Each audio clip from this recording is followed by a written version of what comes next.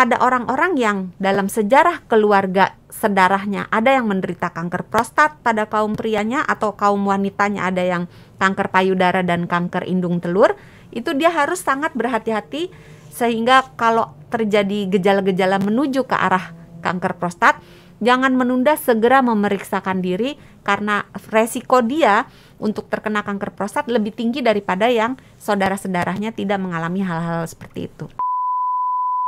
Hai sahabat Sonora, selamat datang kembali di video terbaru dari Kamu Sehat barengan sama Fidel dan juga Dr. Santi dari Medical Center Kompas Gramedia. Hai dok. Hai Fidel, halo sahabat Sonora. Kalau sebelumnya, beberapa video lalu ya dok, kita sempat bahas soal kanker, tapi khusus perempuan karena kanker serviks. Iya. Hari ini aku mau tanya dong dok, ada nggak sih kanker yang khusus laki-laki gitu?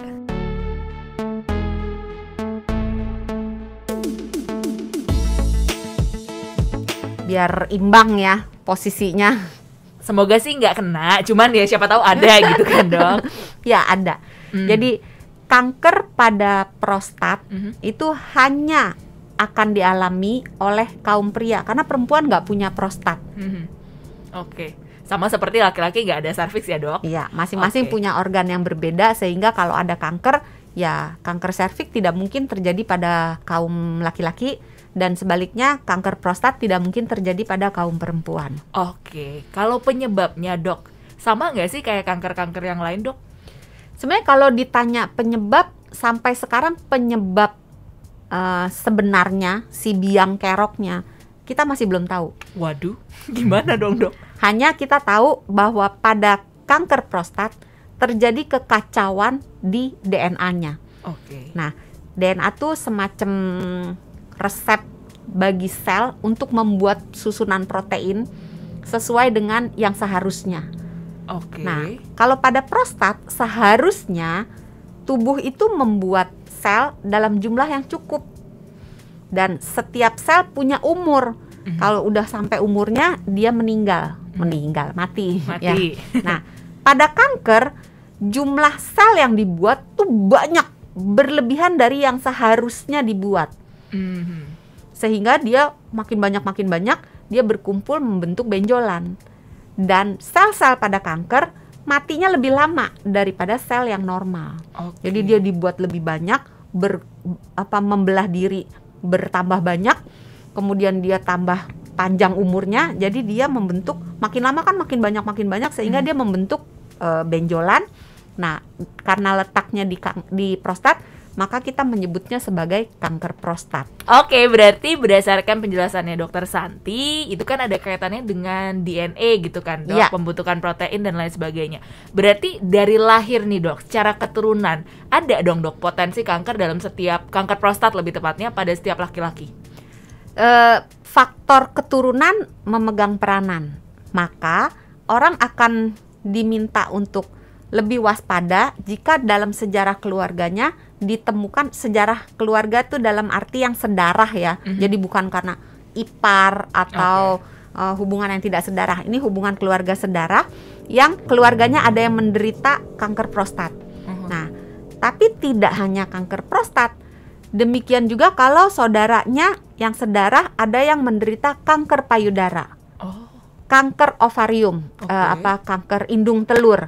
Itu pada orang-orang yang dalam sejarah keluarga sedarahnya ada yang menderita kanker prostat pada kaum prianya, atau kaum wanitanya ada yang kanker payudara dan kanker indung telur, itu dia harus sangat berhati-hati, sehingga kalau terjadi gejala-gejala menuju ke arah kanker prostat, jangan menunda, segera memeriksakan diri, karena resiko dia untuk terkena kanker prostat lebih tinggi daripada yang saudara-saudaranya tidak mengalami hal-hal seperti itu. Gejalanya apa dok emangnya? Gejalanya itu biasanya gangguan pada proses Buangan berkemih kecil. dan gangguan pada hubungan seksual, dan rasa nyeri yang timbul di daerah panggul, tulang belakang bawah, dan bisa naik ke atas sampai ke tulang belakang atas atau ke dada. Dan tapi biasanya yang paling awal muncul itu adalah gangguan berkemih. Nah, yang paling sering nih pengen pipis ke toilet. sampai depan toilet nggak keluar-keluar. Waduh. Padahal udah kepengen pipis gitu. Jadi dia tertahan urinnya. Ketika dia keluar, urinnya itu tersendat-sendat atau menetes. Kadang-kadang disertai dengan rasa panas ketika proses berkemihnya, dan pancaran. Kalau kaum pria pipis kan bisa nembak dalam tanda kutip ya. Alirannya jauh gitu. Nah, alirannya itu menjadi lebih lemah, sehingga pancaran urinnya tidak bisa sejauh sebelumnya. Jadi kadang-kadang cuma netes ke bawah, nggak mancur ke depan. Nah, itu tanda-tanda berkemih yang sering muncul. Bisa juga rasa, aduh, pengen pipis terus gitu, beser. Malah beser juga iya ya, Dok? Bisa. Atau nyeri ketika berkemih, selain tadi rasa panas juga bisa. Tapi jangan dibalik ya. Kalau dia nyeri ketika berkemih atau beser, pasti kanker prostat, belum tentu. Karena infeksi saluran kemih juga gejalanya mirip. Nah, kalau tadi gejala berkemih, kemudian gejala yang agak lamban muncul adalah gangguan pada aktivitas seksual. Jadi bisa terjadi disfungsi ereksi. Nah, tapi itu munculnya belakangan. Dan yang ketiga, nyeri juga munculnya belakangan. Nyeri akan muncul apabila si kanker sudah menyebar. Biasanya nyebarnya ke tulang. Waduh, sampai kanker tulang gitu, Dok? Iya. Wow, berarti silahkan diperiksa bapak-bapak, para laki-laki yang sedang menonton, karena bisa dicek sendiri gitu ya, Dok. Apakah ada gejala-gejala ketika berkemih tadi, dan kalau bisa langsung dikonsultasikan ke dokter kalau ada. Iya, Dok? dan jangan takut karena sebagian besar kanker prostat itu tumbuhnya lamban. Jadi kalau ketahuannya dini dan dia termasuk jenis yang berkembangnya lamban, maka biasanya dokter tidak mengambil tindakan apa-apa. Jadi dibiarkan dalam tanda kutip, diawasi secara ketat, pengawasan melekat. Jadi pasien mungkin diminta kontrol setahun sekali atau 6 bulan sekali untuk mengontrol parameter perkembangan si kanker ini. Atau kalau misalnya stadiumnya agak jauh, dokter bisa melakukan berbagai tindakan. Jadi nggak usah khawatir. Yang penting ke dokter dulu. Nah, pastikan dulu deh ya, daripada Anda berasumsi kayaknya ini, kayaknya itu, panik sendiri, mendingan dipastikan langsung ke dokter. Berarti itu tadi ada faktor risiko yang pertama ya, Dok. Memang secara genetik ada potensi untuk mengalami kanker prostat. Nah, ada faktor lain nggak, Dok? Faktor yang paling dominan sebetulnya umur. Semakin berjalan umurnya, semakin menua, kemungkinan terkena kanker prostat semakin meningkat. Tapi kan dua hal ini kita tidak bisa berbuat apa-apa ya. Nggak bisa di stop dulu nih. Iya, karena kan kita nggak bisa ganti gen gitu kan, nggak bisa ganti umur, ya? Ganti umur. tukeran bentar gitu ya. Iya kan nggak bisa.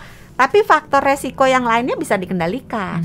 Jadi misalnya berat badan yang berlebih itu memicu peningkatan kasus kanker prostat. Jadi untuk kaum pria yang berat badannya berlebih, yang lingkar pinggangnya sudah melebar, turunkan berat badan supaya resiko terkena kanker prostat turun juga. Gitu. Berarti memang ada beberapa faktor yang tidak bisa dikontrol seperti genetika, usia, ada lagi, Dok? Ras. Pada beberapa ras angka kejadian kanker prostat lebih rendah. Dan Asia sebetulnya kasusnya lebih rendah. Tapi lucunya gini, ada sebuah penelitian kecil, itu orang-orang Asia yang pindah rumah ke misalnya negara barat, misalnya katakan ke Amerika misalnya, itu angka kejadian prostatnya meningkat. Kok bisa, Dok? Kemungkinan lifestyle. Iya, karena lifestyle, pola makannya, terus pola hidup sedentarinya, jadi yang kebanyakan duduk itu bisa mempengaruhi. Karena ujung-ujungnya kan jadi obesitas. Sementara obesitas itu meningkatkan resiko terjadi kanker. Sebenarnya nggak cuma kanker ya, obesitas itu meningkatkan hampir semua resiko kanker. Jadi nggak cuma kanker prostat. Baiklah. Itu tadi beberapa faktor resikonya, baik yang sebenarnya bisa dikontrol maupun yang tidak bisa dikontrol. Nah, yang bisa dikontrol kan tadi salah satunya adalah pola hidup sehat ya, Dok? Ya. Berarti bisa dicegah dengan pola hidup sehat si kanker prostat ini? Betul sekali.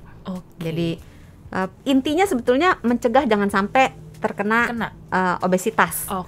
Karena begitu obesitas kemungkinan kanker prostatnya naik. Berarti sebenarnya dengan menjaga pola hidup sehat, Anda bisa terhindar dari kanker prostat. Nah, salah satunya yang penting untuk diperhatikan tentunya adalah makanan ya, Dok? Iya, Ada yang betul. direkomendasikan, Dok, untuk dimakan? Sebenarnya gampang sih. Ingat aja makanan-makanan yang warnanya merah dan hijau itu banyak mengandung zat untuk mencegah terjadinya kanker prostat. Yang merah misalnya Tomat, betul, Asik. 100. Lainnya apel. apa? Enggak juga ya, luarnya doang Semangka. sih. Oh. Karena Maksudnya dalamnya ya, dalamnya, Dok? Strawberry. iya, stroberi. Terus buah delima tahu? Tahu. Nah, buah delima dan buah tomat itu sangat baik untuk mencegah kanker prostat. Tapi khusus untuk tomat nih, sebaiknya dimasak dulu. Oh gitu. Jadi kalau dimakan mentah, likopennya itu agak sulit diserap oleh tubuh. Oh. Begitu dia dipanaskan, likopen itu menjadi lebih mudah diserap oleh tubuh. Mau lebih banyak lagi diserap, tambahkan sedikit olive oil. Oke. Minyak zaitun. Itu minyak zaitun akan menambah penyerapan likopen yang ada di tomat. Tidak hanya tomat sih, di semua buah dan sayur yang warnanya merah. Oke, berarti itu ya yang direkomendasikan, warna merah, warna hijau juga ya, Dok? Warna hijau juga, kalau warna hijau semua sayuran yang berwarna hijau dan keluarga kubis-kubisan. Nah, yang termasuk kubis-kubisan itu brokoli, kembang kol, kol yang kecil-kecil ya, kol besar, kol merah, terus kale, itu semua makanan yang membantu menurunkan resiko terkena kanker prostat. Selain itu bisa juga dengan minum kopi. Oh, minum kopi juga ya? Asik. Untuk pecinta boleh. kopi, silahkan minum kopi karena kopi di dalamnya ada zat yang gunanya mencegah terjadinya kanker prostat. Nah, tapi sayangnya kopinya sebaiknya kopi tubruk. Oh gitu. Detail banget, Dok. Dor. Aduh, kopi tabrak tuh konsepnya. Lumayan ya. Kita kasih nilai di bawah ya, berapa jokesnya. Nilainya aku 8/10 lah. Oke. Iya. Lanjut, Dok. Jadi kalau kopi yang disaring, jadi kertas yang penyaringnya ini akan menahan si bahan untuk mencegah kankernya ini, sehingga yang kita minum itu nggak ada. Oh, malah nggak ke minum gitu kan? Iya, Oke. betul. Baiklah, berarti penting sekali untuk menjaga pola hidup sehat untuk Anda laki-laki untuk mencegah kanker prostat ya. Jangan lupa olahraga juga tetap ya, Dok. Iya, olahraga juga. Tapi nih, ada tapinya. Apa nih? Kopi pada yang sudah menderita gangguan pada prostat tidak dianjurkan. Oh, malah jangan ya kalau Iya, sudah jadi kena. minum kopi hanya dianjurkan pada yang masih sehat. Karena Karena memicu. kopi itu membuat kita kepengen pipis terus gitu. Oh iya, betul. Ya kan, kalau kita minum kopi kan cenderung ke belakangnya lebih banyak. Nah, sedangkan pada gangguan di prostat kita sudah mengalami gangguan berkemih. Jadi nanti tambah parah gitu, tambah mengganggu. Udah beser, udah sebentar-bentar ke belakang, tambah minum kopi, tambah beser lagi. Selain kopi, rokok juga harus dihindari. Nah, karena rokok nggak cuma membuat kanker paru. Orang kan taunya merokok kanker paru gitu. Iya dong. Sebenarnya merokok itu meningkatkan banyak sekali kanker, termasuk kanker pada prostat. Jadi untuk kaum pria yang merokok, berhentilah merokok ya. Dijaga terus pola hidup sehatnya supaya Anda terhindar dari kanker prostat, dan diikutin tadi tips dari Dokter Santi yang ada banyak dicatat dan dilakukan. Dokter Santi, terima kasih banyak. Sama-sama. Jangan lupa sehat itu mudah, sehat itu murah. Terima kasih banyak buat Anda yang sudah nonton video kali ini, dan jangan lupa untuk nonton video-video Kamu Sehat lainnya di YouTube channel Sonora FM. Dan yang mau dengerin versi podcast ada di Spotify, Google Podcast, dan juga Apple Podcast. Kita ketemu lagi di episode lainnya. Bye. Dah.